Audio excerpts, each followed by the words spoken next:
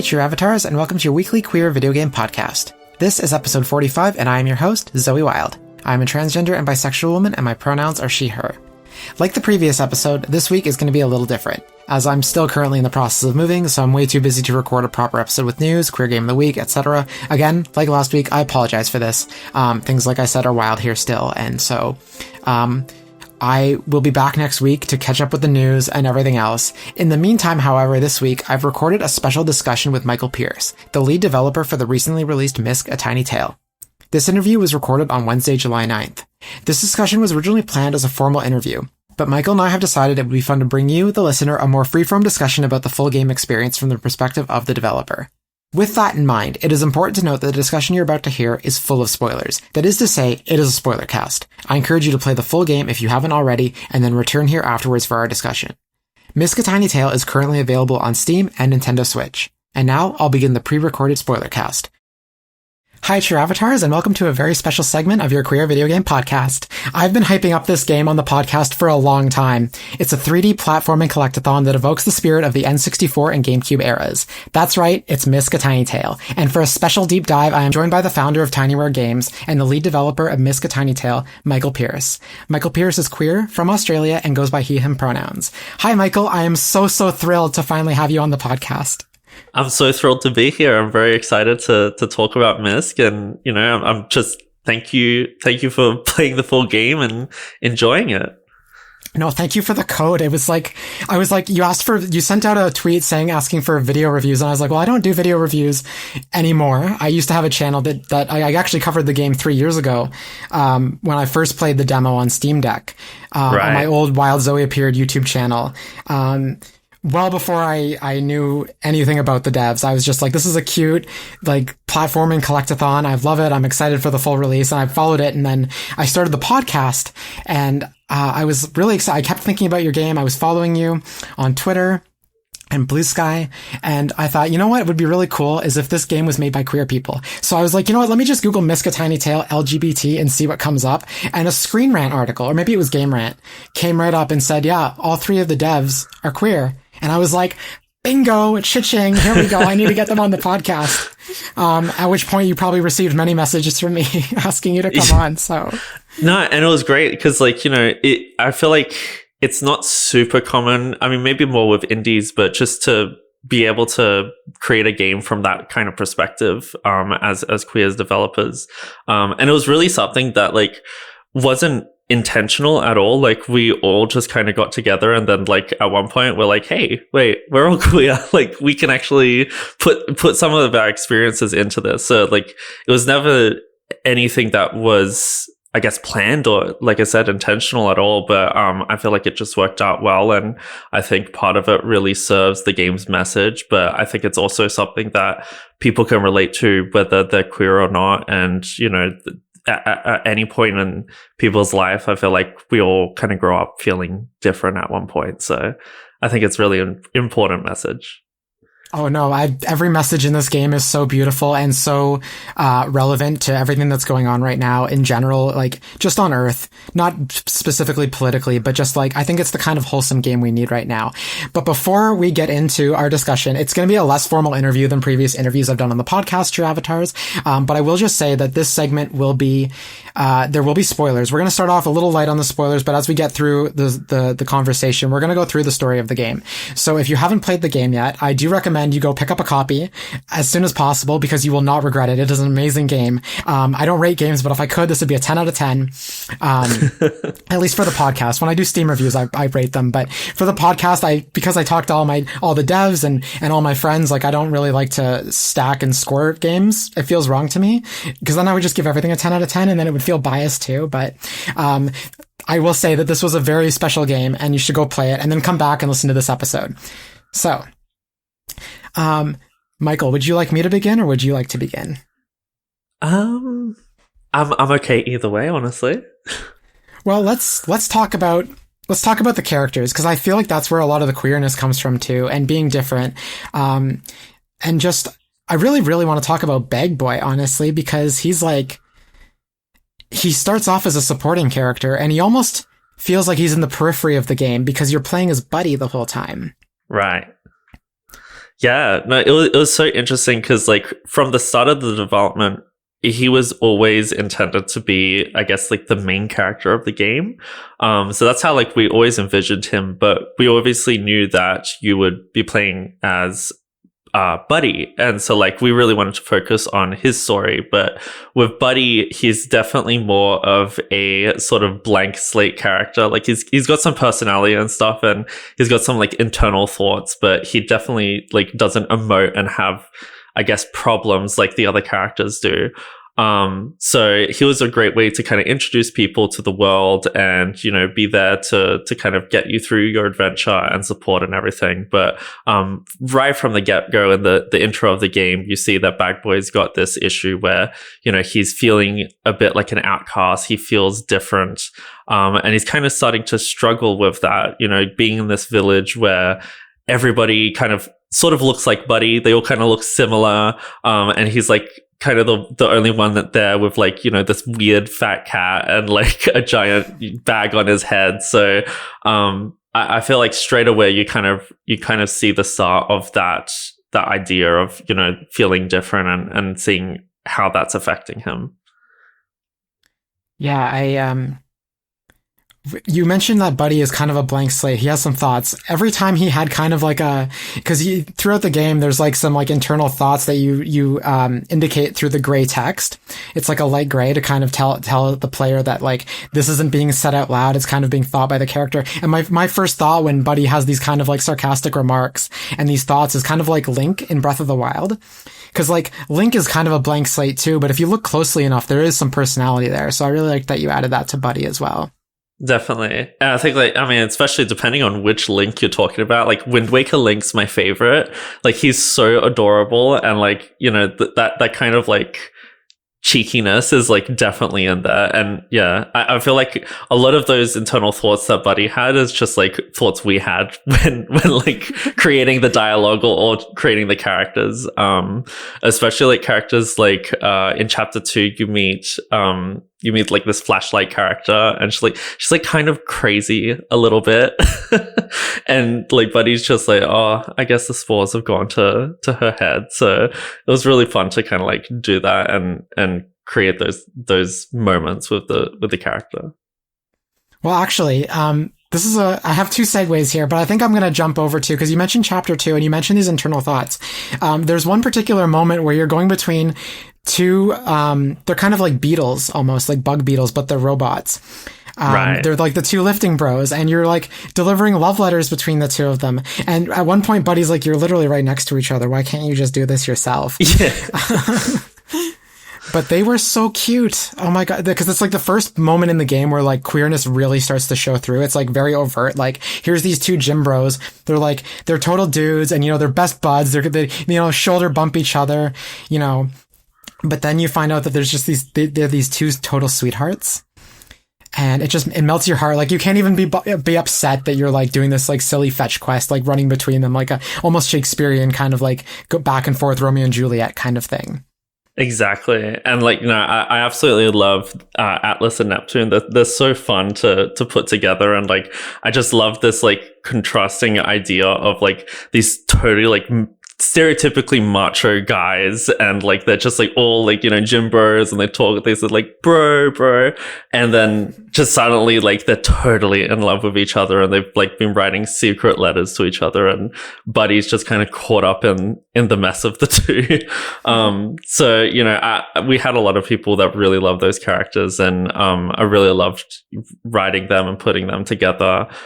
They were really done well. Their designs and their like core character ideas were done by our 2D artist Chris, and he just did such a good job, like not only making like all of them sort of unique, but even like you've got Atlas and Neptune, but then you've also got Hercules, which is like the really strong guy who's like literally only focused on getting stronger.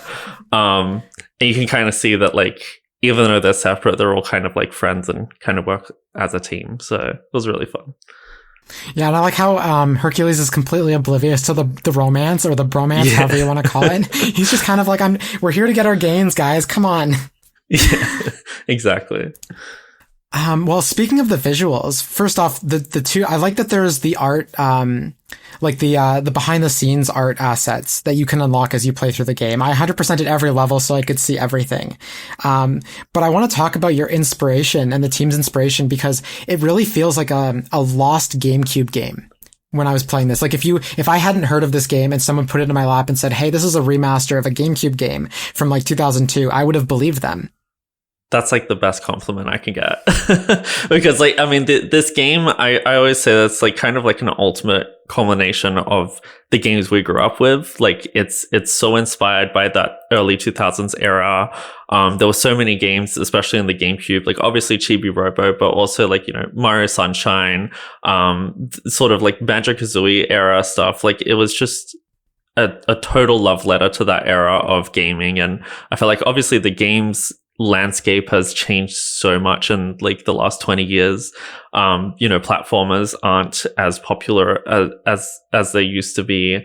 And just I think like even more than just like platformers, like that style of, I guess, 3D adventure games where it's more about sort of exploring the environment and talking to characters and unfolding a story.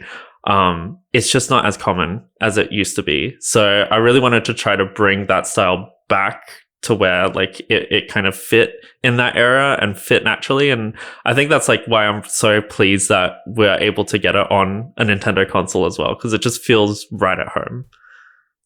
Yeah, it really does feel like a Nintendo game, but where it differs from Nintendo games actually, and why it's one of the reasons I love it is that like Mario Sunshine, yeah, and those early platformers did have some narrative, but this game was much more narrative heavy than even I expected. In fact, I didn't realize how narrative heavy specifically it was going to be until you said, "Hey, let's talk spoilers when you're done playing."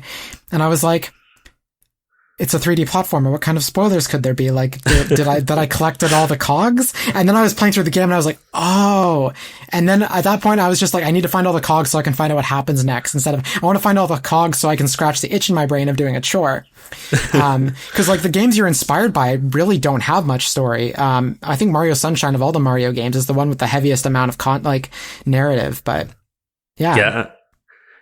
Yeah, no, it was like we definitely wanted to surprise the player in multiple ways in this game, but like one of them was just kind of subvert your expectations of what a 3D platformer could be. Like there's not, I'm sure there are a few, but like off the top of my head, I can't find a ton of platformers like that really focus on story. And especially early on in the game, you know, it's a very light, normal sort of story. But then as you keep going into it, you kind of like discover a bit more. The characters' feelings and background kind of comes out a bit more. And I just really wanted you to like go in and join a platformer, enjoying this cute little robot game, and then just come out with a totally different perspective and hopefully, you know, a good message that you're left with. So that was the idea. Well, lots of good messages in the game. And I want to talk about some of the messages and some of the story choices next. But first, I have in my list, I have like a lot of things. I didn't write formal questions. I wrote like points I noticed while playing, and I was like, well, maybe we'll have time to talk about this. And we were talking about this just before we started recording, is that, you specifically were able to, develop the game in such a way for the Nintendo Switch that when it's played on Switch 2, it plays with an unlocked, I mean, I don't know if it's completely unlocked, but I know that you can access 60 FPS and a higher resolution. Yes. Yeah. So on Switch 1, we're pretty limited to like, I guess the power of the console. So generally it runs at around 30 frames. So for some reason, usually around 33 frames seems to be like the sweet spot, on both docked and handheld mode. And the resolution and frame rate are uncapped. So it means that it can dynamically like reduce or increase depending on like sort of what area you're in and what you're looking at. But generally on the Switch, it was quite sort of blurry in some areas, especially handheld mode. That's where it really struggled. But overall, like we worked really, really hard over these years to get it working as best as it can. Obviously, it's like a Unreal Engine game, which typically doesn't run that great on Nintendo Switch hardware. It's also one of the older versions of Unreal. It's Unreal Engine 4. So it was kind of tough to, balance that and get it running well there. And then when Switch 2 came out, like, our theory was like, hopefully it's just going to run things better if we keep it uncapped. And thankfully our theory was right, and we were able to really tap into a lot of that power that the Switch 2 has. And from a short experience of the Switch 2, it seems like the frame rate is pretty much 60 frames per second. Resolution has increased so much more, and especially in handheld mode, it just feels right at home. Well, that's where I played it. I played the whole game on my Switch 2, and yeah, it docked in handheld mode, especially handheld mode. It looked beautiful. Like, I had zero performance issues. I didn't have any performance issues docked either. I did notice the resolution would scale a little bit depending on how much was on screen and how much, like, what you were doing. And I also played, and you're going to have to remap buttons a little bit for this because there's no plus and minus buttons on the GameCube controller. But I also pre-ordered the NSO GameCube controller, the wireless one. And that's where I played, I think it was chapter 6 with the game, because it was at that point in the gameplay, I realized, oh yeah, I could play this with my GameCube controller. Even though Nintendo says it's not supposed to work, it still did, but you have to remap the plus and minus buttons. I didn't even think of that as a possibility, and now I need to do that. That's amazing. It's a real treat. I highly recommend it to anyone listening to this right now. And what was really, while we're on the topic of the Switch, what was really good, especially closer to this time, we recently patched the game and updated this. So I'm not sure if you played that version, but one of the things that was really satisfying was being able to use the rumble feature quite well in the game. So each time you get a phone call, it literally rumbles at each beep of the phone call. And we've just recently patched in the ability to, when you scrub, each scrub forward and back is a little vibration as well. So having that on controller just felt so natural. And now when I play on my PC, I kind of miss that with mouse and keyboard. So, unfortunately, because of the tools and stuff, we weren't able to tap into HD rumble. You just kind of don't get access to that as a developer on Unreal Engine. But, I really wanted to get as close as we could to something that felt really tactile in the game. And, I'm really surprised that the difference that it feels when you have rumble turned off, it actually feels quite empty.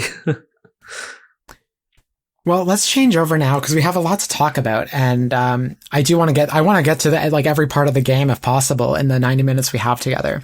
But first off, sorry, go ahead. I was just saying, of course, let's do it. So something that I don't remember if there's a narrator in the demo I played 3 years ago, but in the final game there is a narrator. And my first thought when I was playing this game was, oh, it reminds me of a children's television show. I mean, one of them specifically that comes to mind is Thomas the Tank Engine. I'm not unconvinced you're not a fan based on some of the stuff that's in the game, but playing it felt like kind of playing a children's show from the early 2000s. Definitely. And I will say I've not watched a ton of Thomas the Tank Engine, so I'm sorry that I'm not a fan there.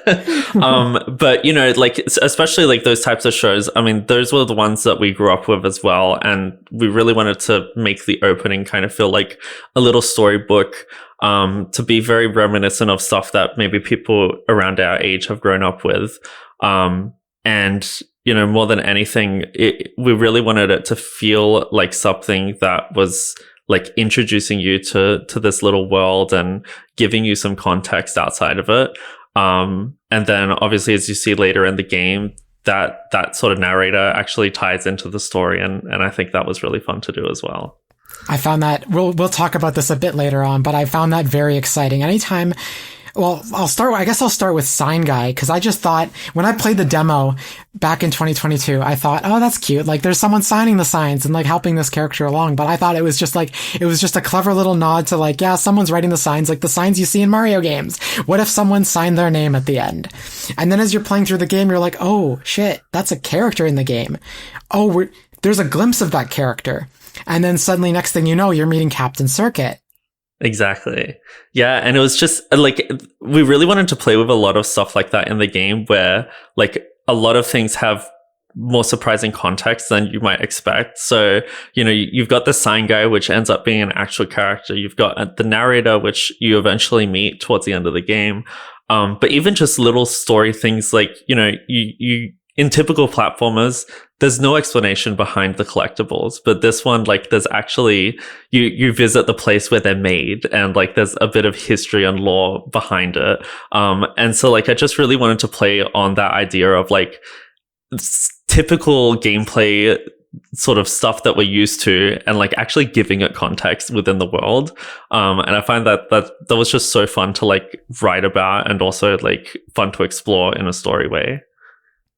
Yeah, I like everything, and it tied so well back into the theme of the game. And the game has several themes, but one of them is just like the pureness and the necessity for bonding and friendship. Because there's a villain in the game too, and even the villain, Adam, at first you're like, okay, there's a bad guy and we're probably gonna have to fight his mechanical creature. And then, as the game goes on, you realize that like this guy's not a villain. He didn't cause the explosion. He's just like this poor misunderstood guy who's trying to help everyone, just like Buddy and Bag Boy. And everything backfired on him. And haven't we all had a day where we go out to do something good for someone spontaneously even, and then suddenly it backfires, and next thing you know, people are mad at you. So I really, really liked the character of Adam, because then you meet him and you just realize he's just a little guy. He's just trying to help people.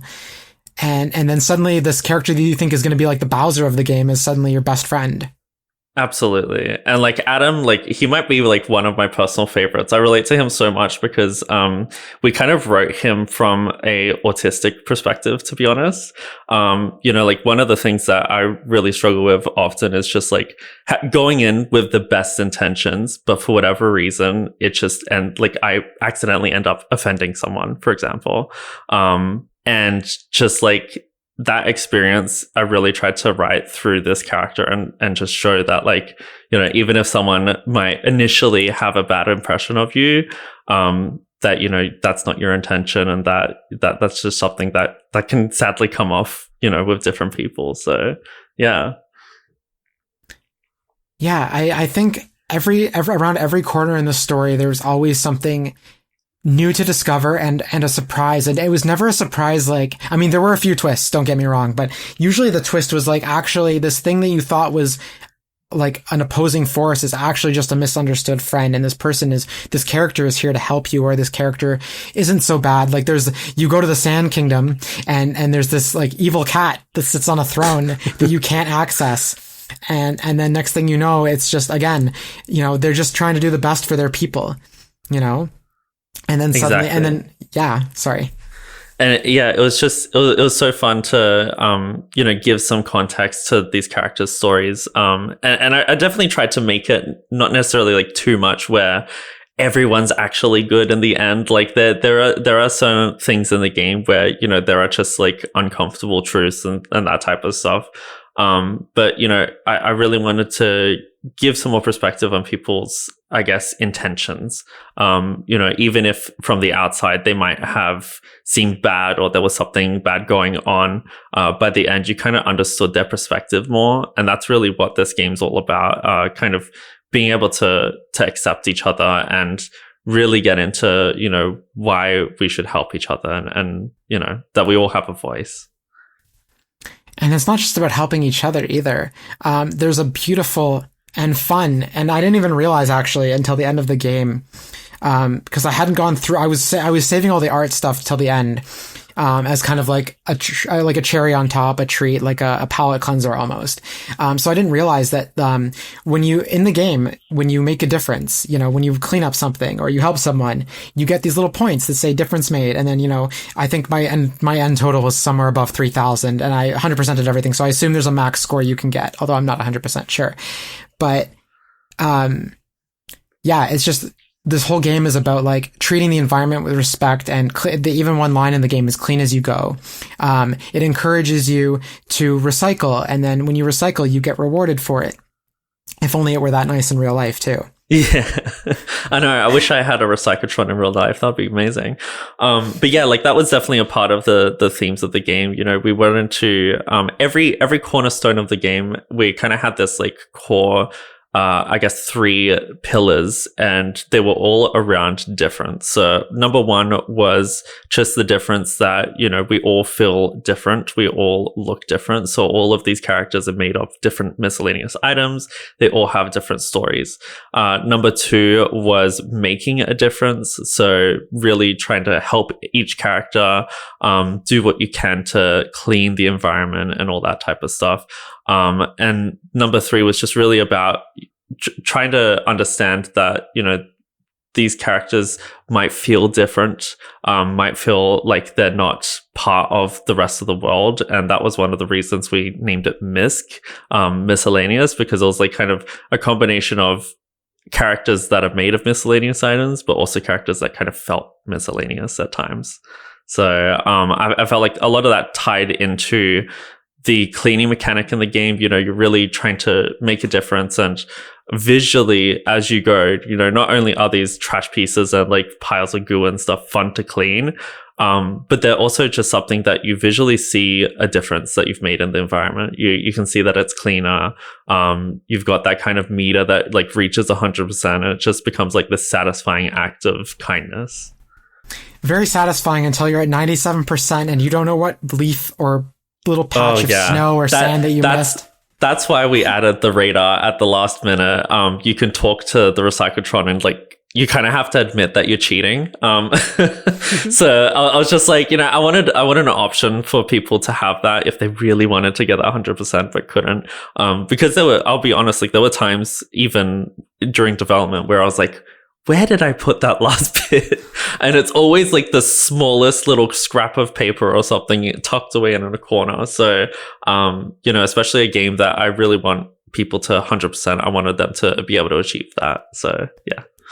Well, you definitely left it very challenging because the junkyard level, all the little bits on the ground are blue and white, the same colors that most of the garbage is. And it's just baked into the texture. And I was like, oh God, I'm never going to find everything on this level. Yeah, no, I loved, yeah, I mean, usually I'm proud to say that I 100% of the game, I never used the radar, but I was glad it was there because the whole time I was playing this game, it felt like the kind of game that like you could give to like a 5 or a 6-year-old. And maybe they won't 100% it, but I think it's a game that's very accessible to them. Insofar as like the game doesn't really have any, death or conflict. Like there's like interpersonal conflict and there's like the little wind up toys. And I was scared of them at first. I was like, okay, the combat's a little like, it's very like one note, and that seems intentional, right? Like you take your, safety pin and you whack, you know, boards down with it. You whack the wind up toys. And then I was like, well, I'm reviewing this game. I should probably find out if like you can take damage. So I let these wind up toys attack me for like a solid 2 minutes. I was like, nothing's happening. And it was at that moment I realized, okay, like, this game is for everyone, and it's like when Disney makes a movie, right? They make it for kids, but they make it for adults too. It's not like they're pandering down to kids. It's a game that's accessible to all ages. Definitely. And like that was something that, you know, we were really conscious of early on, like making sure that it's accessible to a lot of people. You know, like especially like these types of games, you're going in for like sort of a cozy, like, you know, maybe over a weekend adventure. I feel like I don't want them to get frustrated or feel like they're losing progress if they like quote unquote die. And I've seen like, you know, even a lot of games nowadays where you can die in the game, but ultimately it doesn't even really do much. Like you just kind of reset and like lose maybe a few coins and that's it. Like back in the day with like Mario, if you die, that's it. You like reset all your progress, you know, you lose everything. So I just felt like it was almost pointless to even do that step of like having Buddy die and then reset to the start of the level. And then, you know, it's a tricky thing to kind of come up with because we didn't want people to lose progress. So ultimately we decided, you know, Buddy wouldn't really get damaged. He would kind of like throw back. It wouldn't feel good to get hit, but ultimately you wouldn't really have anything causing you to like stumble there. So we tried to make it as accessible to as many people as we could, and still make it satisfying and fun. Did you ever at any point, because obviously a boss fight might undermine that goal, but I was curious if you ever at any point, I can't remember the name of the contraption that Adam has built, and then it like kind of like, it's almost like outside the scope of the game, the way, not the scope of the game, but like it's the scariest thing in the game where this like little robot like attaches other miscellaneous things to it and it becomes this big scary monster, that then eventually, does the horrible thing to Buddy. But I'm curious if at any point in development you ever considered having the player fight this, robot directly. We did, which is really interesting. So like initially that whole sequence was a boss fight itself. And I'll have to release the footage one day because it's quite interesting. But I'd love to see that. it basically, the way it worked is after chapter 6 ended, you would have like that brief cutscene where like you kind of see this creature and what it's turned to, and then you hop into Adam's ship and now you're controlling Adam's ship, so you're flying around this boss and shooting at it and like trying to target its weak points. And in that cinematic, what you can see is like pretty much exactly what we planned, but in a much honestly better and more exciting way. And part of that is like Adam shoots the back of it with these like plates that like kind of crumble down. Those were the weak points initially that you had to aim for.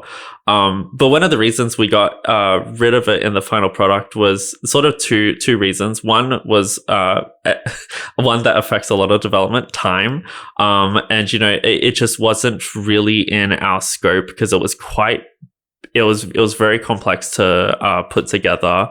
And the second one was honestly just like reviewing it. It just did not feel as fun as we had hoped, and it felt like it really broke up the gameplay in sort of a negative way, where a lot of people going into the game and the gameplay flow from this point was pure platforming. It was all about that, and then suddenly you're having to learn new controls, you're playing as UFO, and it just didn't feel right for the whole game's like flow. So I kind of tried to make the best compromise by turning it into this like big cinematic cutscene, and I feel like in the end it actually worked out a lot better because I was able to really show that action a lot more than it looked in the game. Like in the game it didn't look as fun or as exciting. And I feel like the stakes definitely weren't as high as they are in the cinematic. So maybe that will be something that gets released in the future. Yeah, that'd be so cool to see. When I was watching the cutscene and then the ship flew around and hit the weak points, I was like, oh, they're showing us how to beat it because it's a very kid-friendly game. And then I was like, okay, we're going to be dropped into this fight as Buddy. He's going to it's going to be like not Shadow the Hedgehog, Sonic the Hedgehog when he shows up in Super Smash Bros. Brawl. If you've played it, they put Sonic in at the very end of the game because he was added so late in development. But because they added him in so late, they had Sonic kind of rush in and weaken the boss, and then the rest of the characters have to fight him.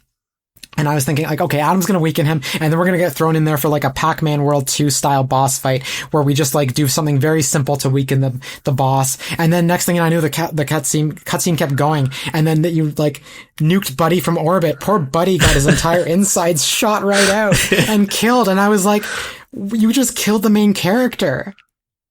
Yeah, it was it was interestingly the first thing we actually like sketched and designed around the game story. So like we started development in 2020, and I probably had this idea before. So around 2019 is when I did this first sketch, and you can actually find the sketch scanned in I think it's chapter 7's 100% gallery view, where you kind of see Buddy laying it down all broken, and he's kind of under this like little leaf, and you've got like Bag Boy holding his bag in his hand. And those scenes were literally the start of the game story and the start of the development.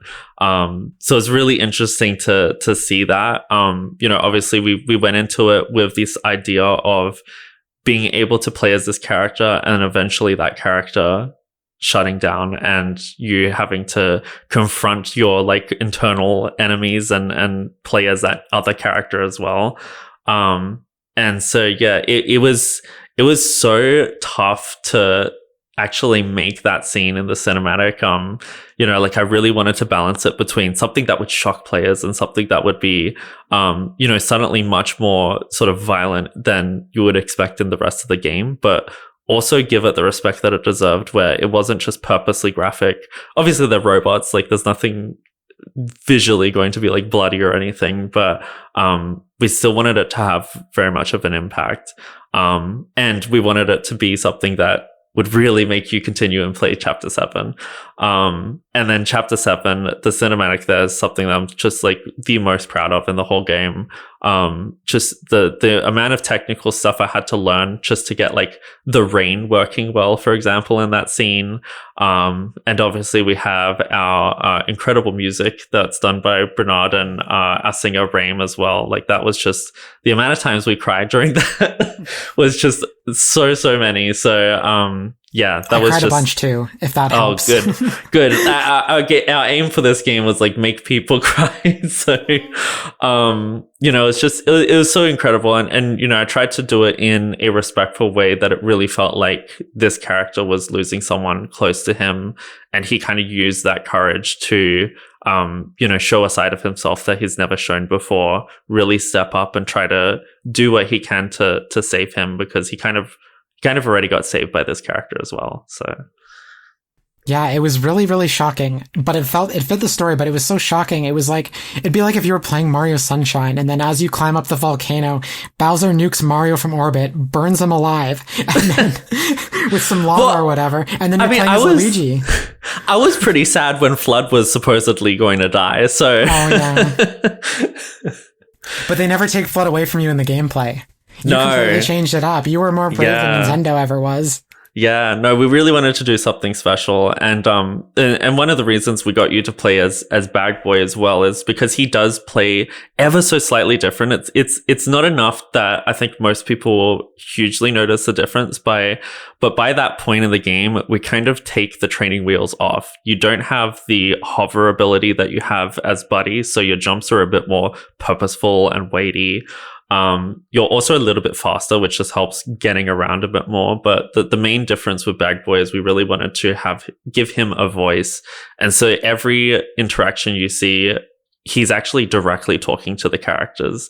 Buddy would always have like these sarcastic thoughts and stuff, but like Bag Boy's directly talking to them. And that's something that you really see in the story. And I feel like he just connects with those stories more. It deepens the experience. And, the only thing that I miss is you don't have Flick on your head. So, well, I loved Flick, but I want to talk a little bit more about Bag Boy, because not only did you have us play as him, and not only did you develop his character so wonderfully, but you also took the bag off his head, and it was very, I don't want to say jarring, but because you're so used to seeing him with this very nondescript smile on his face, because it's a bag, right? That when you finally see his face, you're like, oh, like it's very different. And it takes a little bit of getting used to, which maybe goes against the themes of the game. But, as the story goes on, like I can't imagine him with the bag on anymore. By the time you're at the end of chapter 8, and you're into chapter 9, which is like mostly like I call it the cutscene chapter, because there's no real gameplay in it, except for at the very start, I think.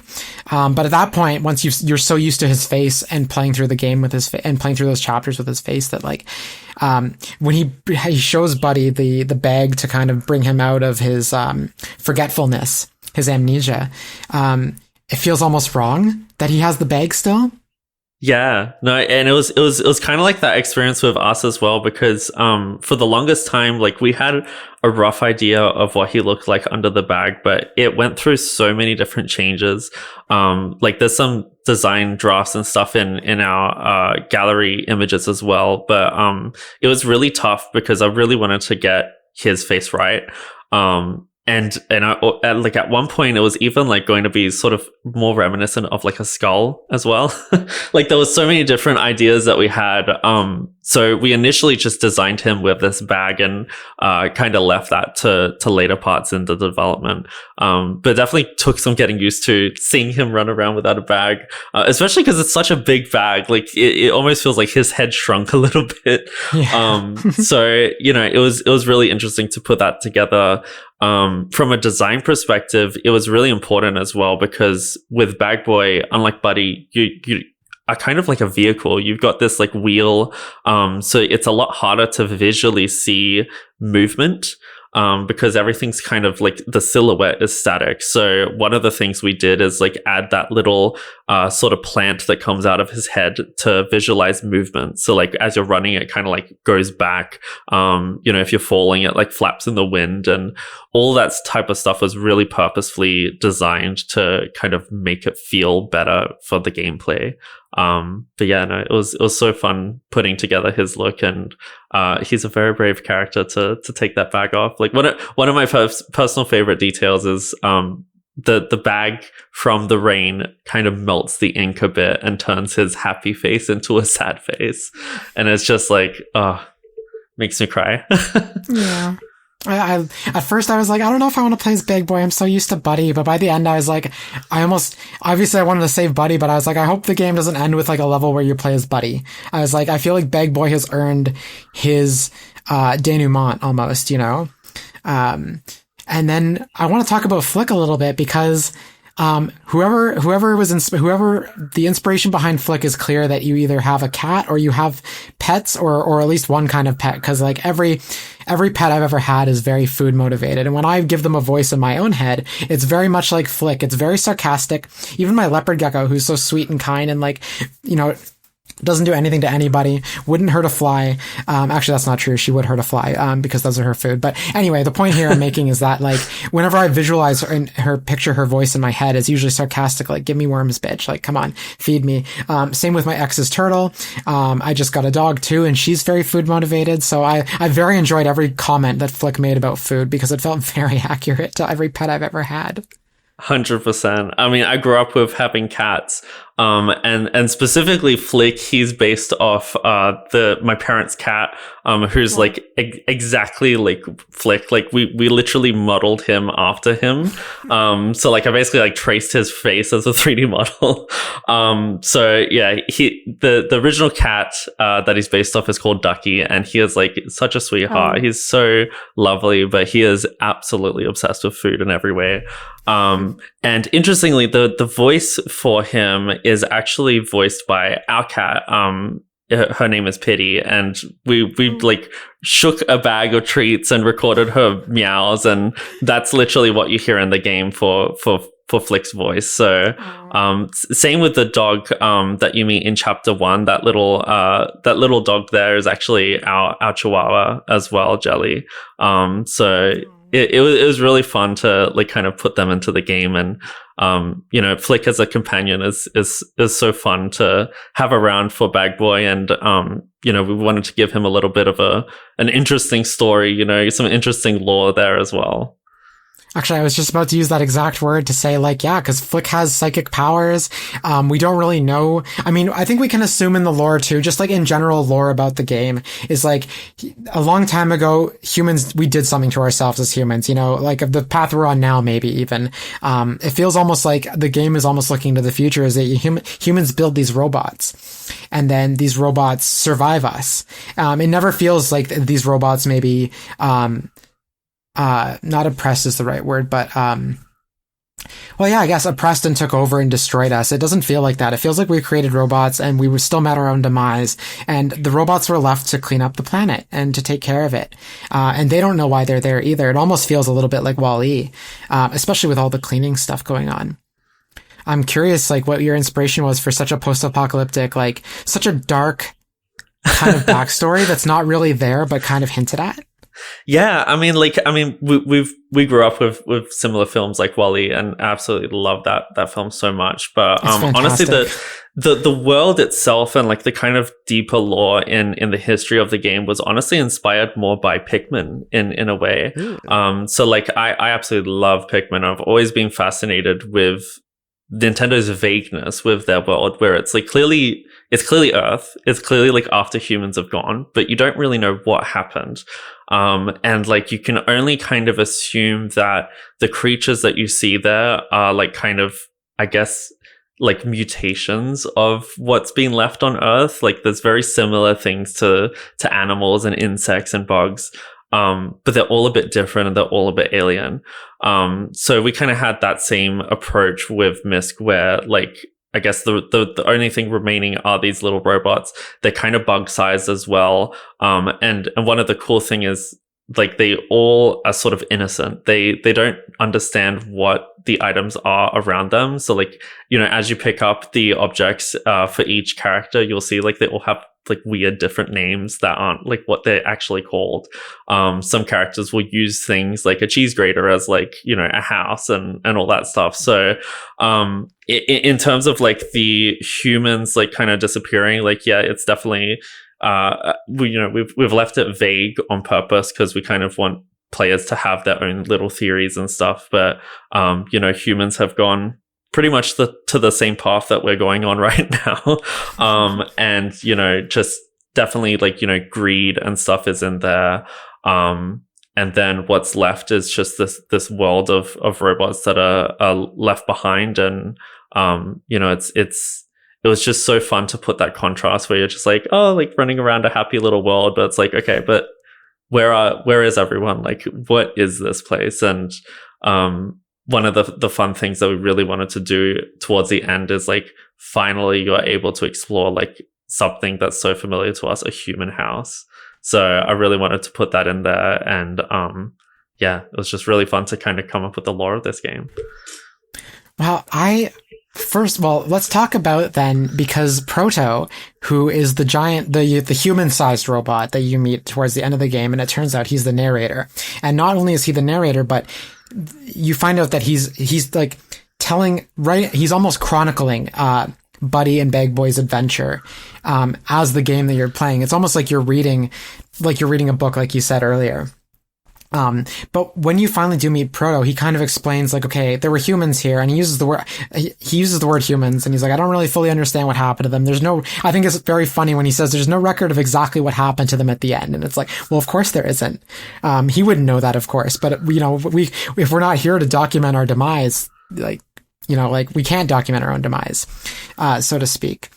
But something I thought was very interesting that was thankfully followed up upon very briefly is that when you're in the junkyard, you meet another large robot who's kind of buried under all the garbage, this poor robot. And then you wake him up, you power him back on, and he's, poor thing's still got no idea what's going on. You know, he's just kind of blinking sadly at Bag Boy.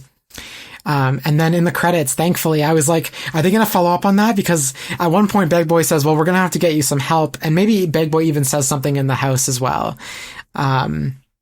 But then, yeah, I noticed there was one little postcard, one little like Polaroid at the end where you see, I think they all return to the head, the body in the junkyard. And I think Proto is there as well. And I was like, okay, they followed up on that. I was hoping there'd be like a bonus chapter with that, but there wasn't. But yeah. Yeah, no, I'm so glad that you picked that up. Like in those credits, like I kind of envisioned like, you know, especially Bag Boy, he's gone on this like sort of separate journey without these other characters.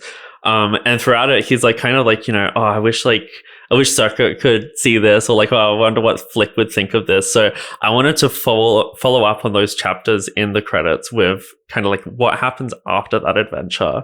And so you can see that in the house, like Buddy and Bag Boy and Circuit and Adam are all like running around the house and kind of playing with the other characters. You see in chapter 7, the junkyard, like they've returned to that head and they're like trying to figure out, you know, how they can kind of come together and help him now that they know how this works and how to like kind of revive someone. And yeah, like that was something that was really important to like kind of close those loose ends. I definitely left like some stuff a little bit open because like I would love to do some more content in the future if we're ever able to. I feel like, you know, after you finish the game, you're like, there's so much potential here with the world you can explore. And even with Proto, he kind of mentions like, you know, he's the only one that he knows of, but there could be more out there. And, you know, there's just, I've left so much open. So I'm really excited to see what people kind of come up with and what their theories will be. Well, my favorite part about the ending, it's like, I love the whole thing, but my favorite part is the moment where the girl from the first world, the first level that you're in, she brings the ring that Buddy found for her when they're trying to get Buddy, you know, jog Buddy's memory. And I love moments like that where like every little thing you did in your adventure comes right back together. Like even in, and I'm warning for listeners, I'm about to, actually, I shouldn't spoil Tears of the Kingdom for you, but, is it okay if I spoil a little bit of the end of Tears of the Kingdom? If not, I'll skip that. 100%ed it, so that's Perfect. No problem. So one of my favorite parts of that game and any story is when everything you've done in your adventure comes right back to, not only together at the end, but to kind of help you, where it all like just ties up and puts a nice little bow on everything. So one of my favorite parts of the Tears of the Kingdom ending is like the whole thing again. But, when you go down there and you first enter the depths and you're running up to Ganondorf, the bosses that you fought through the game show up to attack you. And then suddenly all the characters that you helped along the way with those bosses come out of nowhere and you show them how to defeat those bosses and now they're coming in to help you. So what I started crying over, and I always cry over endings like that. They always get me. And so at first I was like, oh, that's cute. She's got the ring. They're in that first level. So of course the ring, she's kind of showing him. And then the dog brings the item you found for the dog. And then Hercules brings the weights. And then suddenly all the characters from the game, I didn't even realize how many items you'd found for people. Really, until like, cause you're going through a list of chores on each level, but then every character is there with the items they found for Buddy, and those items that you found are just as important for them as they are for you now. And I think that's so beautiful. Yeah. And like, that was always something that we wanted to get out of the ending is like, you spent this time helping them.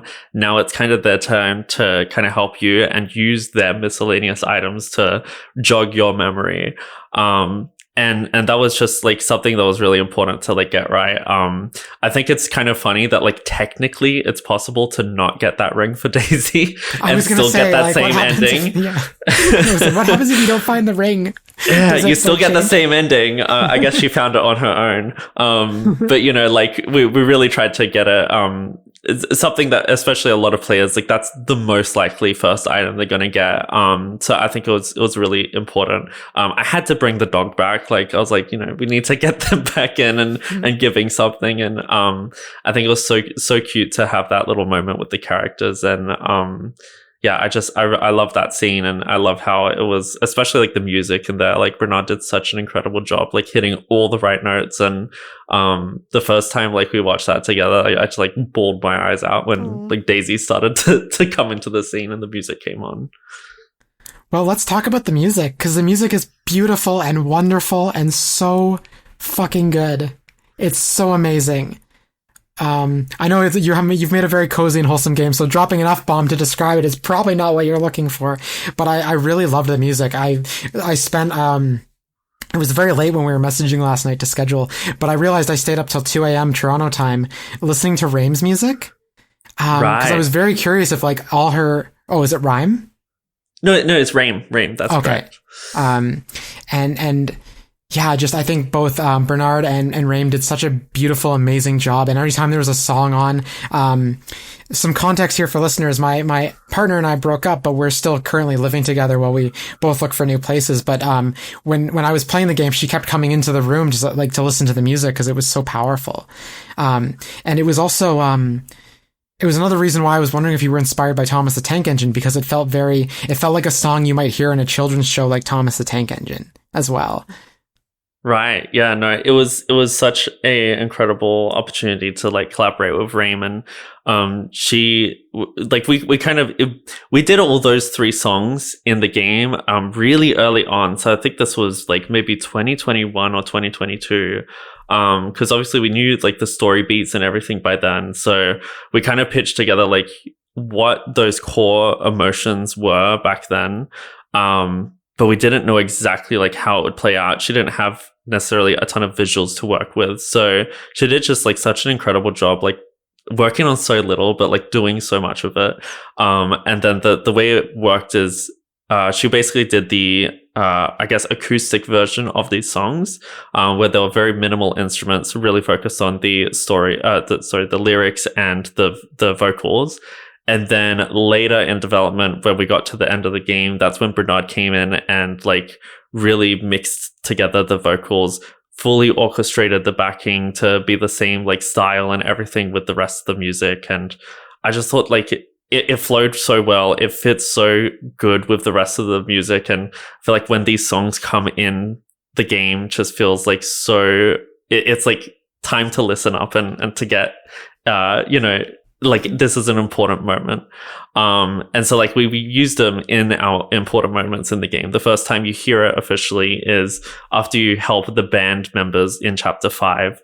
You kind of hear on this like little radio, like I guess a song from the human world that's just like still playing in the background that they sing to. And so like in that version, it's a bit shorter and it's just like an acoustic version. And then the second song you hear is from the chapter 7 cutscene where Buddy's like kind of shutting down, a very sad emotional song. The final song you hear is at the end of the game, which like I absolutely love that song. I swear I can't get through the song without like tearing up a little bit, because it's just like, it's such a good song to not only summarize the story and everything, but for me, it's really a good song to like remember the development and the journey I've personally been on with the game. And then the final bit is the credits, which has like the orchestrated like full version of that song you heard earlier in the game. So I loved how all that flowed. Bernard's done an incredible job with all the music, and yeah, without the music, like honestly, this game would like be nothing. So like I'm so glad that the music came together, and we worked really, really hard throughout like the start of development to the end to really get everything right and make sure it's not just like a tacked on sort of thing. Because like I've seen a lot of developers, they just like they make a game and they're like, oh, I'll just get a composer and like, you know, throw a bunch of music over it. But like every purposeful bit was like discussed and designed around the gameplay. So it was really good. Yeah, no, like each level had its own musical identity, which is like, I think really important for a platformer too, because like Mario games, like, you know, when you go to a certain level, like you go to the, you know, World 1-1, you know, it's got the do-do-do-do-do-do. Like if your level doesn't have like a musical identity, like it's very forgettable. And I don't think any of your levels were forgettable. Even the level that doesn't really have its own music still has musical identity. In the junkyard, like all the music is very, and I couldn't put my finger on whether or not this was happening or if I was just kind of gaslighting myself, but it felt as though as you cleaned up the junkyard, so the music is very muffled at the start of the level, and as you find things, I felt like it was getting a little bit clearer, but I wasn't sure because I thought by the end, if you 100%ed it, the music would come through entirely. But I did notice when you found the last few cogs, you could hear a little bit more of the music coming through. Was that intentional, or did I imagine that? That's actually a really good idea, and I kind of wish I did that.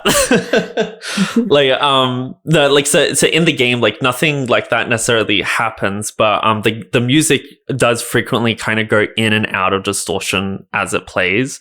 And what's so interesting with that song in particular is we had like several iterations of that track, because we wanted the feel of it to feel much darker than other levels, but we also didn't want to make it scary. And that's like actually in past when we've like worked on other projects with the music, that's actually a line that we've like kind of accidentally crossed before, where like we want it to be suspenseful, but like we've actually like made it kind of almost horror-like. So we played around with that a lot. And the best thing about that, which when we release our like deluxe album, we're actually going to include this. The original version of that song is just like maybe a 20 or 30 second version that's super, super happy, like shopping music that we made. So we made that first and then slowed it down and like added distortions and reverb. And that ends up being like a 3-minute track. And so like it was so interesting to purposely make something really happy sounding and then go from there and distort it into something that is much more like ambient. And I kind of tried to make it feel just like something was like missing and broken in the scene. So I love that track.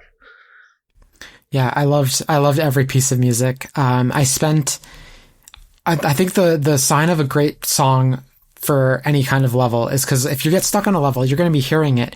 And if the music starts grating on you while you're stuck on anything, or you can't find something, or you're trying to make like a jump that you can't make, or you're lost, I find like if the music is irritating you or frustrating you or making that experience worse, it's not great. But I got stuck a few times, trying to find something, like that last 3% of garbage or whatever, but I never had the music grating on me.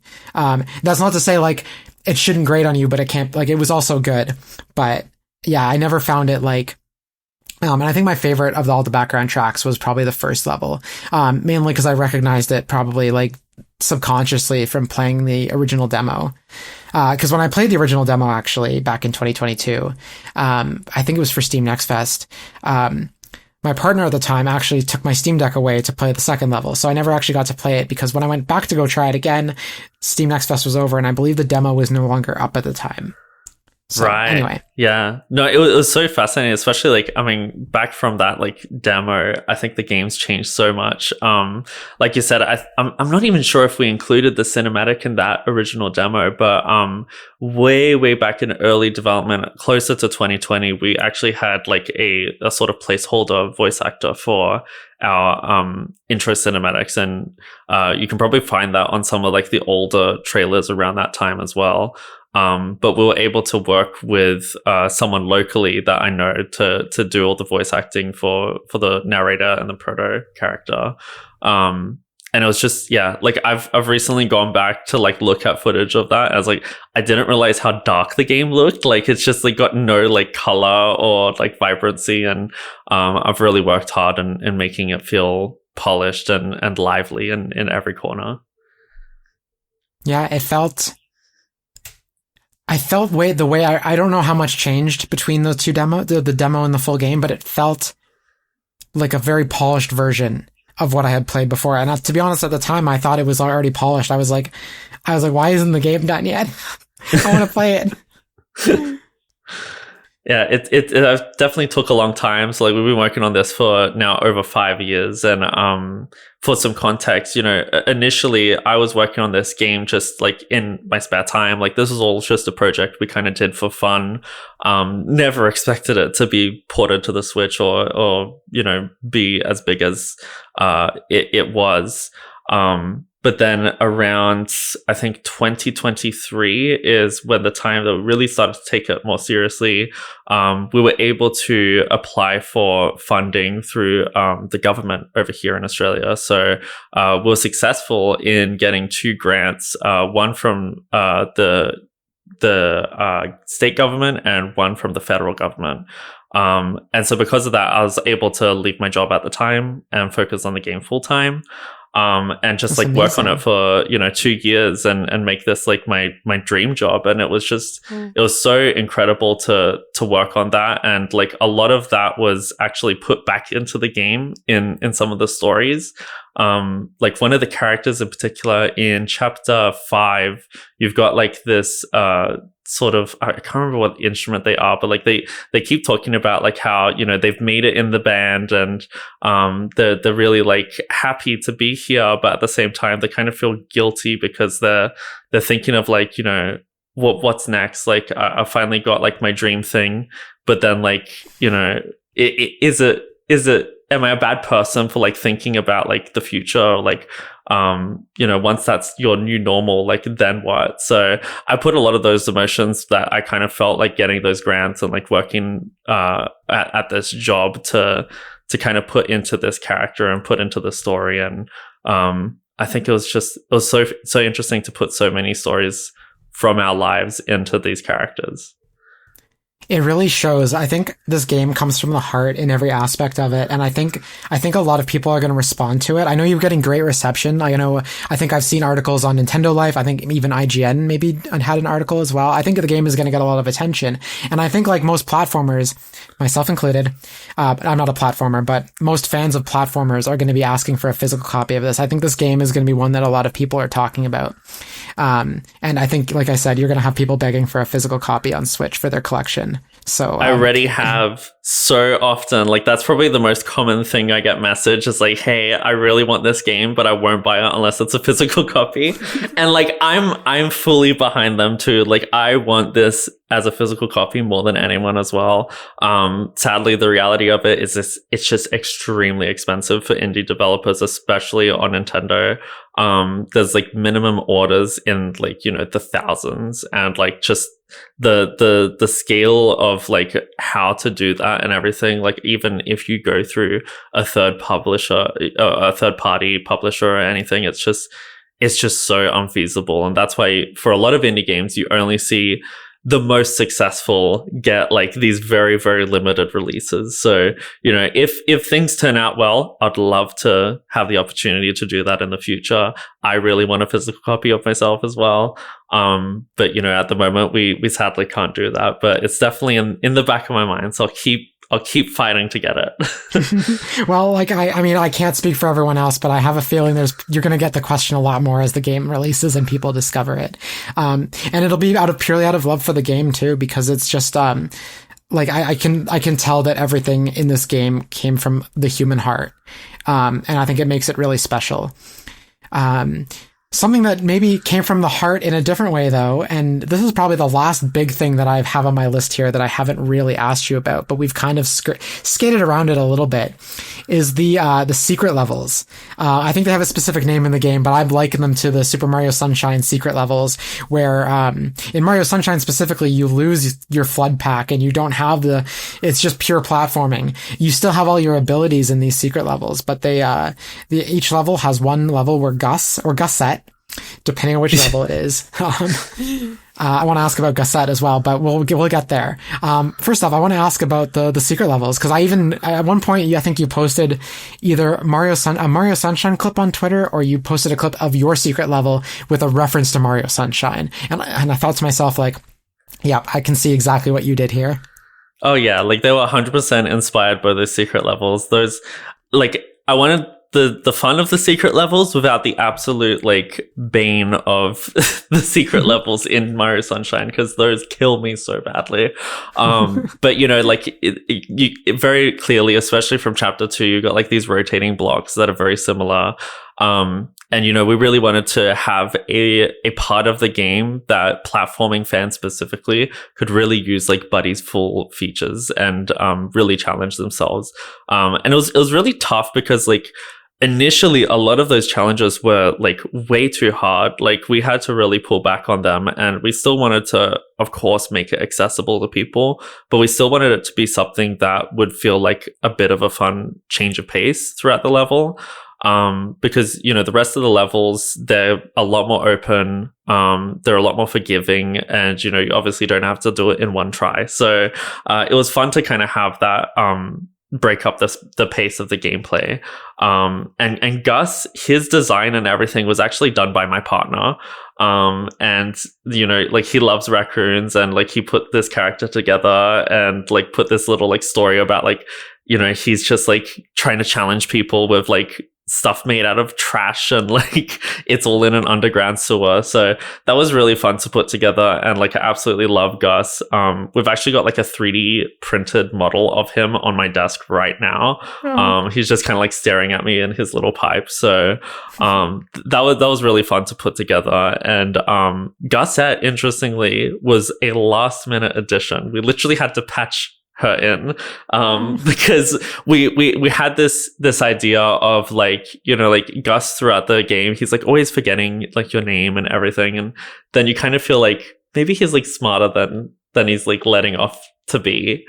And so like we really wanted to explore like this fun idea of like Buddy just thinking that this is just Gus in a wig, but then by the end of the game, like you actually find out it's a proper like cousin of Gus, and just like having that be a thing. So I'm not even sure, like the version you played might not have had that ending where you actually see Gus as well. No, I didn't notice. So I didn't know that till you told me. Yeah. There you go. So that it was like kind of halfway through. So like at one point we added Gus in chapter 6, then one point we added the ending as well through a patch. So that will be in the full game, in the full experience. But yeah, you just kind of have this like conversation after beating the last challenge that you see Gus and Gusette celebrating, and then you're like, okay, it was a real character. Like this is a real thing. So yeah, that was just like a fun little thing that we added last minute. But I'm very curious, how did you go with the last Gus level? Because that definitely got me a few times. Oh, so that was my next thing. So actually, before I talk about that specifically, I have a question because it did come up for me. It was the only level I closed the game for because when you die when holding the key, when you reset to the beginning of the level, you have the key again, which makes some of those early jumps hard. So I just wanted to ask, like, is it intentional that you reset the level holding an item above your head that takes away the dive mechanic? Yeah, like it was definitely intentional. If you wanted to like completely start again without the key, you could like reset the level, but obviously that's a bit of a pain. But we made sure that every level we played that had something you could pick up, it was possible to complete it while holding it. It just would be a little bit more challenging. So, yeah, no, if you beat it with the key, just like I did, then great job. You beat the ultimate challenge and you deserve the best crown. So I think I did get to the point where I found the key again. But I never did it all in one go. I usually at a certain point, I stopped resetting with the key and I closed out the game to like reset the level. Just cause I was like, it was so late and I was like, I kind of set my own personal deadline because I knew we were going to talk and I'm about to move apartments as well. So I was just like, I have to play this game. I have to finish it. Even though this is the last game I would ever want to rush. I should finish this, but I did finish it. And I really, really loved it. It was longer than I thought it was going to be. But then when the end finally came, I was like, wait, it's over? Yeah. No, more. And it was so fun because I was like, you know, for this final one, like obviously you're in this house. I was like, how do I make this last level feel special? And like a lot of the themes in this game is like really speaking to like my inner child. So I actually made like the room that you're in kind of like a kid's bedroom. And you can see like these walls with like these like little clouds like sort of painted on. You see like a lot of things that are made out of like sort of toys. You've got like the airplanes that you jump on. You've got like closets and stuff like that. So it was kind of fun to put that like kind of childlike aesthetic in, and it's like it's all innocent, but then the actual level itself is the most like frustrating hard thing to do. So I love that just contrast, like and yeah, just like Sunshine, exactly. But it just doesn't have like the do music. That's good because that music grates on me, as good as it is. But the third time you've looped through that song, I'm just like throwing my controller across the room, like, no, Mario, I told you to jump left.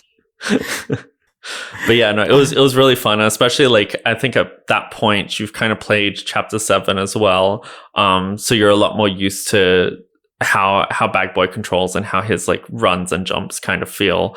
But yeah, I really wanted to like have like one final challenge in there that was like pretty difficult to play. So I'm very curious like how many people are actually going to complete it. I've had a few reviewers say that they've 100% of the game, so I'm very impressed. Definitely. That's awesome. Yeah, I really liked the final level too because it was kind of like an amalgamation of everything. The only thing I found, and I hope this isn't too harsh a criticism, but I was a little disappointed there wasn't the dark light mechanic from the junkyard secret level, because I thought by the end when you had the key you were gonna unlock something and then maybe there would be one last section where the room goes dark or something. But other than that, I liked that there was the ice in there. I liked that there was the sand in there. Just like everything in general, like it really did. And I think even the spinning blocks were in there. And then you have those, the platforms that are like, you're not sure which direction they're going to go and which one you need to get on to get across to where I had to keep like redirecting myself to get across. When you get to that, I think it's like the second corner of the room where those platforms are going. It's just after you build out the domino bridge.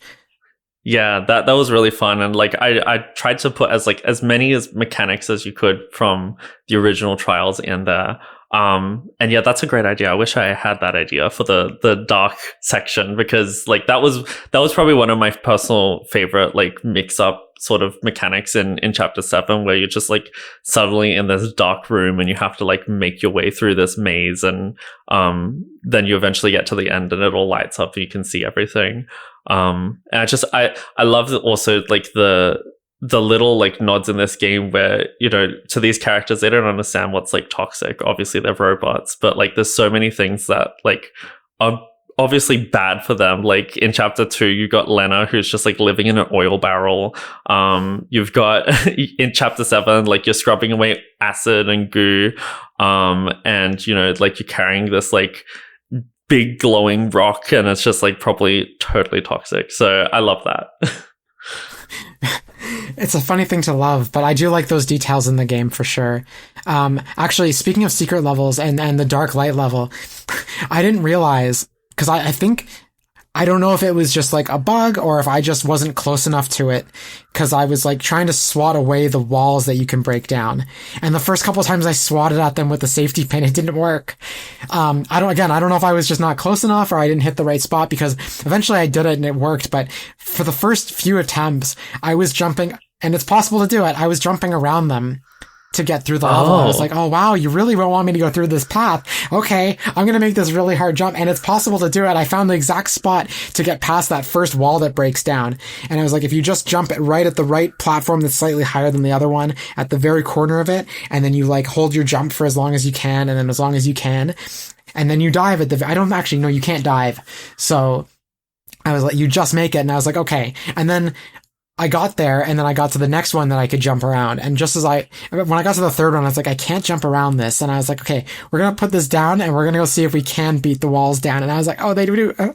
I was making this harder, but it was more fun that way. So that's so interesting. And like, I feel like a part of the design in this as well, like a little bit intentional, a little bit unintentional, but like there's so many alternate ways to get through these challenges. And just like the platforming in general, we've tried to keep it as open as possible.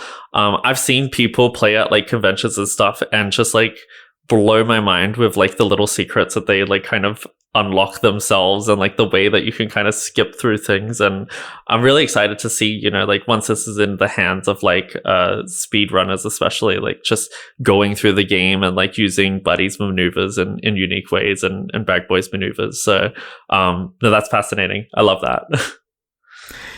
Something else I wanted to ask about, actually, I didn't have this in my notes, but you had me thinking about speedrunning now, and you get the little stamina meter to let you run for a little bit, and I was hoping throughout the game that you could upgrade it, actually, because it's so short, and sometimes when you're looking for that last 3% of garbage, you just want to like blast your way through the entire level without worrying about the stamina bar.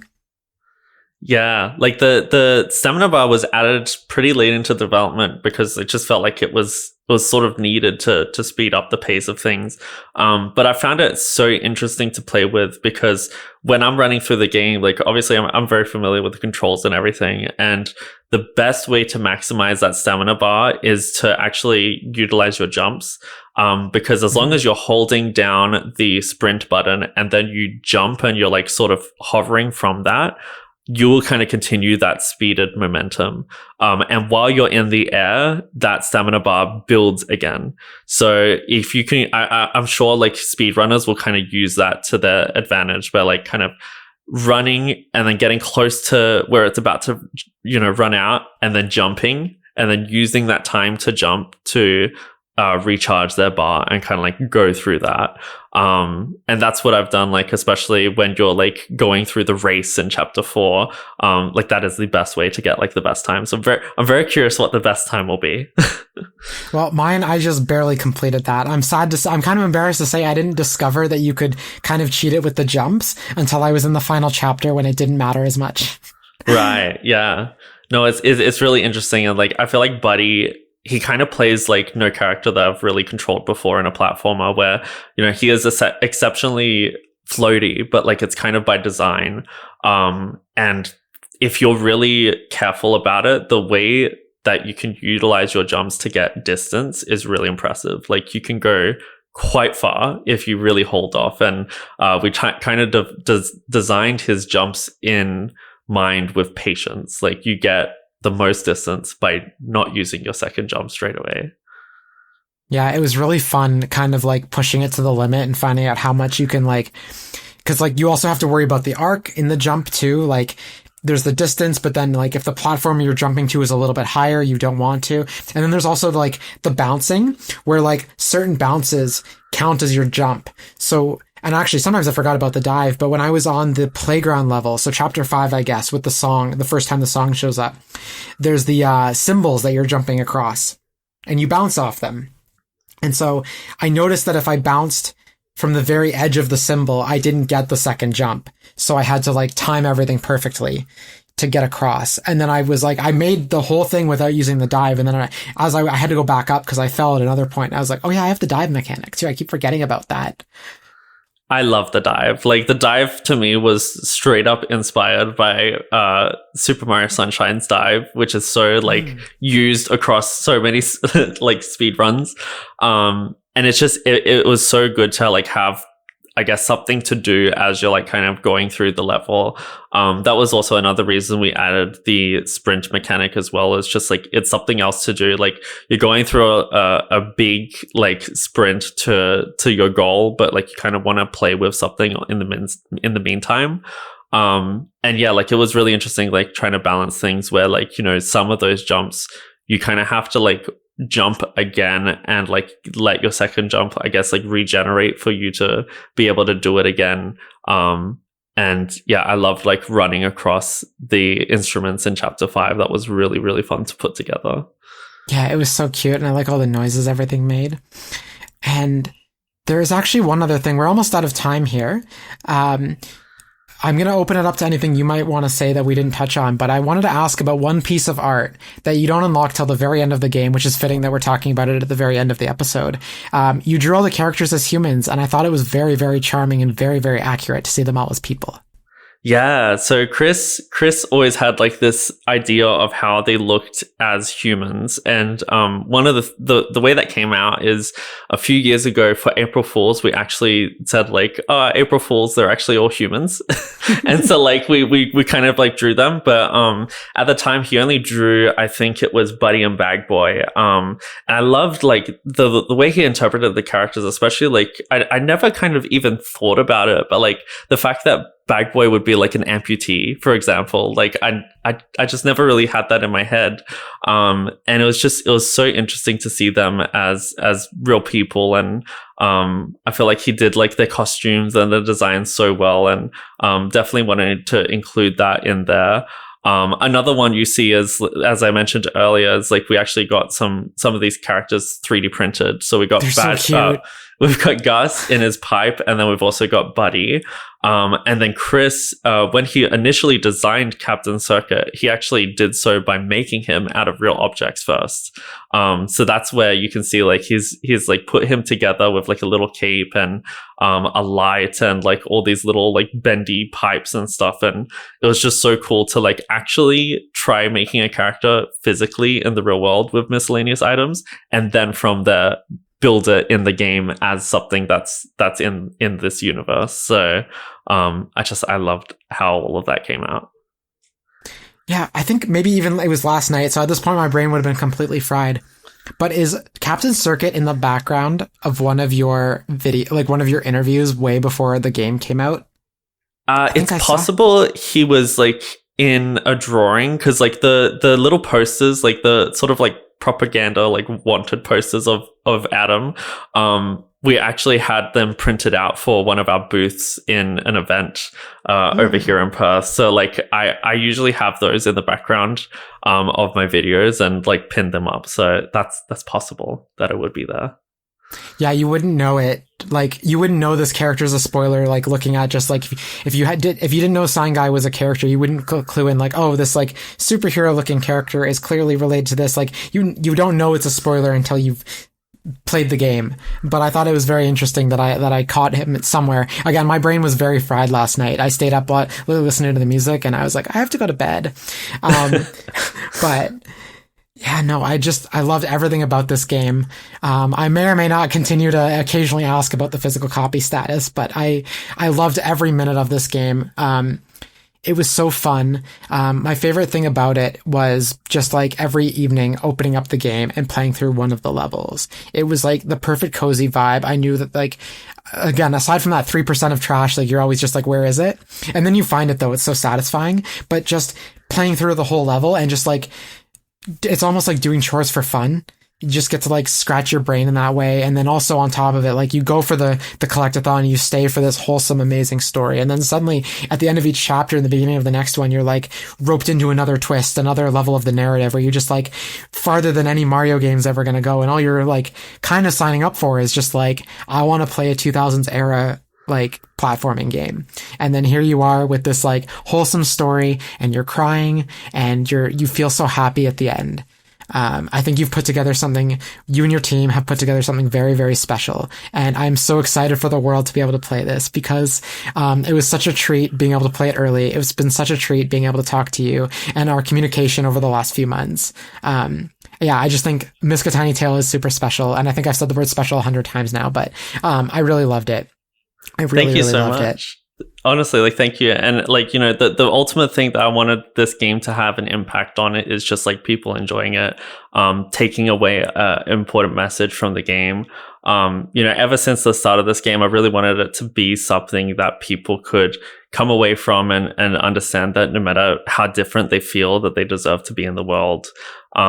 And, you know, one way or another, I hope that people find a character to relate to or a story to mend with. And it was just such an honor to be able to put this game together, work on it for so long, work with an amazing team of people, and just like kind of make my dream come true. So like I'm so excited to get it into the hands of everyone.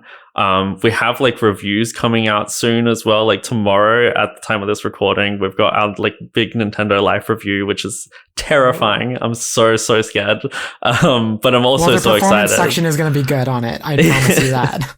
and you know, and then like next Tuesday, we've got like all the rest of the video reviews coming out as well. And you know, the things I've heard early on from yourself, from other people who've finished the game, I've had like a big list of them say that they cry. So like I'm very excited about that. It sounds like a bit morbid saying like I made a game that made people cry, but like I really wanted people to connect with it, and to be surprised by the twists and turns that it goes on. And yeah, I'm just really excited to get it into people's hands and see what they think. Well, we're about out of time, but I did say that I would open up the floor just a little bit in the last couple minutes that we have to maybe touch on anything that maybe we didn't cover through our traversal of all the spoilers from the game. I think like the main thing would be honestly just like the work that like all developers that worked on this game did, like always blew me away. Like one of the reasons I'm personally in game development, like, is just the magic of seeing something come to life, you know, from as early as the little sketches that I did in a book years ago to transforming it into something that's real on screen, that's something that people can connect to. You know, that's why I'm in this industry, and that's why I plan to continue being here. And you can really see some of those instances in the game. Like that's one of the reasons I actually created the gallery, so you can kind of see where all these ideas came from. One of my favorites is that Proto's like design came from a silhouette of a shadow that was just cast on a wall for like a random room of ours. And like I took that picture in I think like 2018 or 2019, well before the game started development. And then like from there I was just like, this is such a robot looking silhouette. I need to make this a character. And it ended up being Proto. And so like just like all these little ideas, and I guess in a way like all these little characters came together to form this world. And it's just so fun to be able to see and realize that world that was in my head, and for other people to see and explore it too. Amazing. Super quickly, I do want to ask for my own curiosity, and maybe the curiosity of listeners, do you have plans to bring this to PlayStation or Xbox in the near future? I would definitely love to. Like I haven't had the opportunity to get like a development kit or anything. But I would definitely, you know, especially if the game really resonates with people, does well, I would love to bring it to as many platforms. One of my personal goals in the future, it's a big task with how much we have in our game, but I would love to get it localized. I feel like this story would do really well in different countries, and you know, that's just sadly like sort of a budget and like time thing and a bit of like logistics thing that we weren't able to do it for launch. But yeah, I definitely don't plan to like abandon this game at launch or anything. I really want to hear feedback from the community. I'll continue tweaking things, updating things, making it feel as best as it can. And then I feel like, you know, we might have some other stories to tell in this universe. So hopefully we'll be back eventually. And yeah, we'll see what happens. And I'm excited to see where it takes us. Amazing. Well, that's a good point to end on. Thank you so much for joining me. Thank you so much for having me. I really appreciate it. Thanks, True Avatars, for joining me for another episode of your Queer Video Game Podcast. If you've made it this far into the episode, I really appreciate taking the time to support queer-made content. If you want to support the show, it would be really great if you could leave a rating, review, or comment on your preferred podcast platform. I welcome you to check out the website trueavatarspodcast.com, all one word. That's trueavatarspodcast.com. You can also find the show on Blue Sky, Threads, and YouTube under the handle @TrueAvatars, all one word, and on Instagram under TrueAvatars. Importantly, if you or anyone you know is queer and involved with video games in some way, please don't be shy. I would love to hear from more queer voices in video games. Your voice is unique and valid and worth sharing with the world. And if you don't want to be on the show or know anyone who's interested, but you know about a cool queer video game or a games industry story that's queer related, please let me know. The show's official email is trueavatars.podcast@gmail.com. That's trueavatars.podcast@gmail.com. You can also feel free to reach out via the website or the aforementioned social media pages. Things are tough out there, and queer people need to stick together when we can. Bye, True Avatars. Thank you so much for listening, and I look forward to speaking with you all again next week. Take care and stay safe.